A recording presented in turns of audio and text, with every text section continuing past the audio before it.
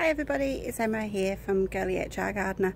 I realise it's been quite a long time since I last posted a video, so apologies for that, but we're coming to the end of the season and I thought I would show you what I'm doing and maybe give you a bit of a tour. So the job that I'm actually doing right now is moving compost.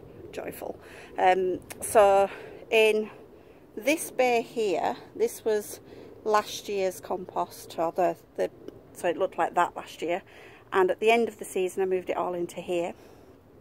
So what I'm doing now is moving everything that was in here into this bay, and so then this will end up being my compost for next year.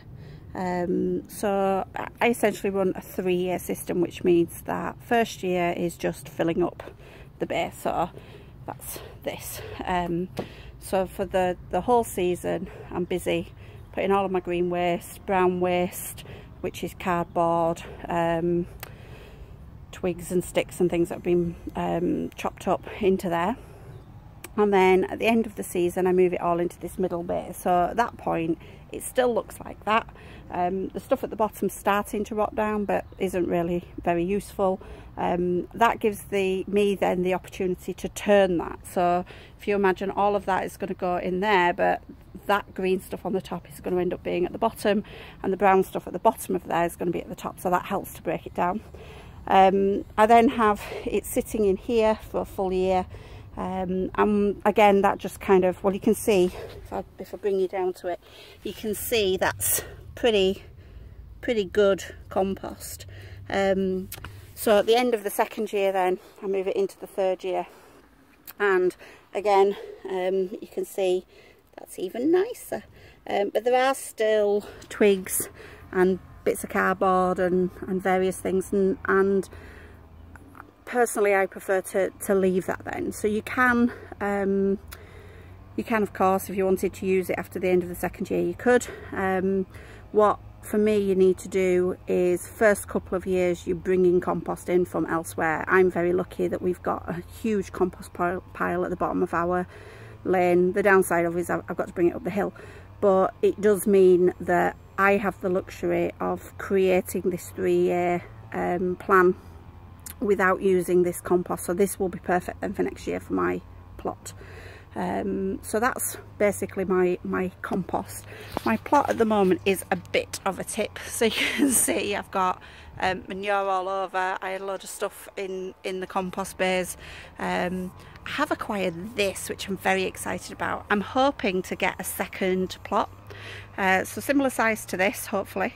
And this little beauty was given to me by somebody who was giving up their plot. So basically you put your waste into it, and then it's a tumbler, so you tumble it, and it kind of, the idea is see it turning.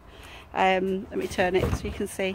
The idea is that it's banging onto the manure bags, but the idea is that it turns it more regularly, and therefore it turns it into compost much faster. So I am going to try that out if I do indeed get the new plot, and if I don't, then I'll just try it out in here. So that's quite exciting. So let's do a little bit of a tour. My pond, if I move that so you can see it a bit better, so you see my pond has so much duckweeding in it at the moment. The fountains have pretty much given up the ghost, so they're not really running. I have millions of tadpoles in there. We're in the middle of September and they've not turned into frogs, so I think they're going to overwinter. My neighbour had the same thing happen last year and she read up on it, and effectively what I think they do is, if they think there's not going to be enough food source, they won't change. They'll sink to the bottom, and then they'll change very early in the springtime, and so I'll have teeny tiny frogs at the beginning of spring. You can see, let me take you down here because I don't think I've shown you this. I decided to do something about this ugly fence. So you see I put this reed fencing up, and I've actually trained, I'm going to move this because this one's a bit prickly, I've trained the blackberries onto here. So you see, had a really good crop of blackberries this year. They are now starting to go bad. The birds for some reason haven't had them, so I think maybe I'll get one more crop from then and then it'll be done. That's a very loud bird. I think it's a robin. I don't know if you'll be able to see it. It's up there. Hello robin. Oh nope, it's gone. And then the rest of my plot, obviously you can see my shed there. The rest of my plot I think is looking okay. My beans fell over. I've not done anything about this yet, but the beans fell over. So they ended up being completely rampant. That's a good word, isn't it? Rampant. But you can see I've still got loads of beans on there that need harvesting. The carrots have been fantastic. The parsnips not so good. Onions have been quite good. I've got some leeks in, so next year this one will be my onion bed. So you can see I've got leeks at the back there. I've ordered some autumn onions and garlic, so they will go in there. This is the old onion bed, so you see at the back of here there's some garlic, some spring planted garlic that I've put in there, and then these are the last few down here, I think the last few onions that I've not harvested. So I think I can't remember what I'm putting in there next year, but I think I'll cover that bed. This is my very sorry, very sorry brassica bed. So at the back there is sprouts, which are all blown, so I think I'm gonna take those out. I did net it to start with, but the caterpillars got in anyway, and so it looks a bit sad. But having said that, look at my lovely swede. So even though the leaves look awful, the swede have done really quite well. Still got a couple of cabbage, don't know if you can see. And right at the back of the polytunnel I've got, I don't know if you can see in here actually, but at the back I've got some melons, so I'm very pleased with that.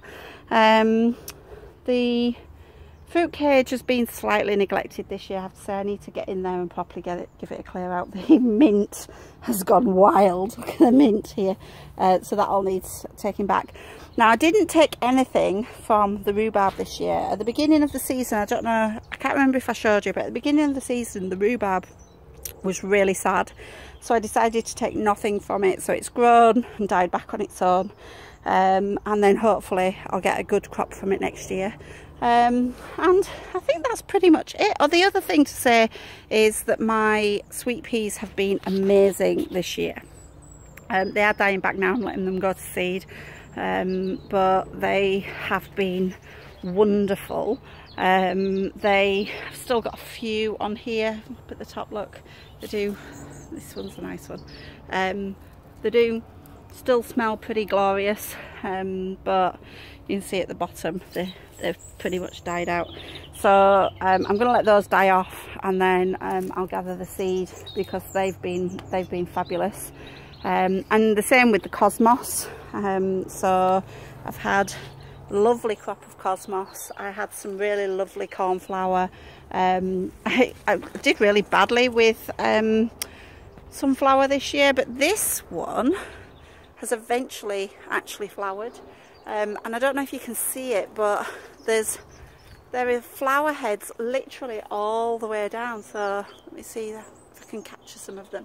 So look, literally all the way down. So potentially I might still get some good ones. So that'll be fun. And then I've got a teeny tiny one here that my daughter planted, and you can see there's some flower heads potentially coming there too. So overall, it's not been too bad a season. I've had some successes, some failures. We'll, you know, you live and you learn.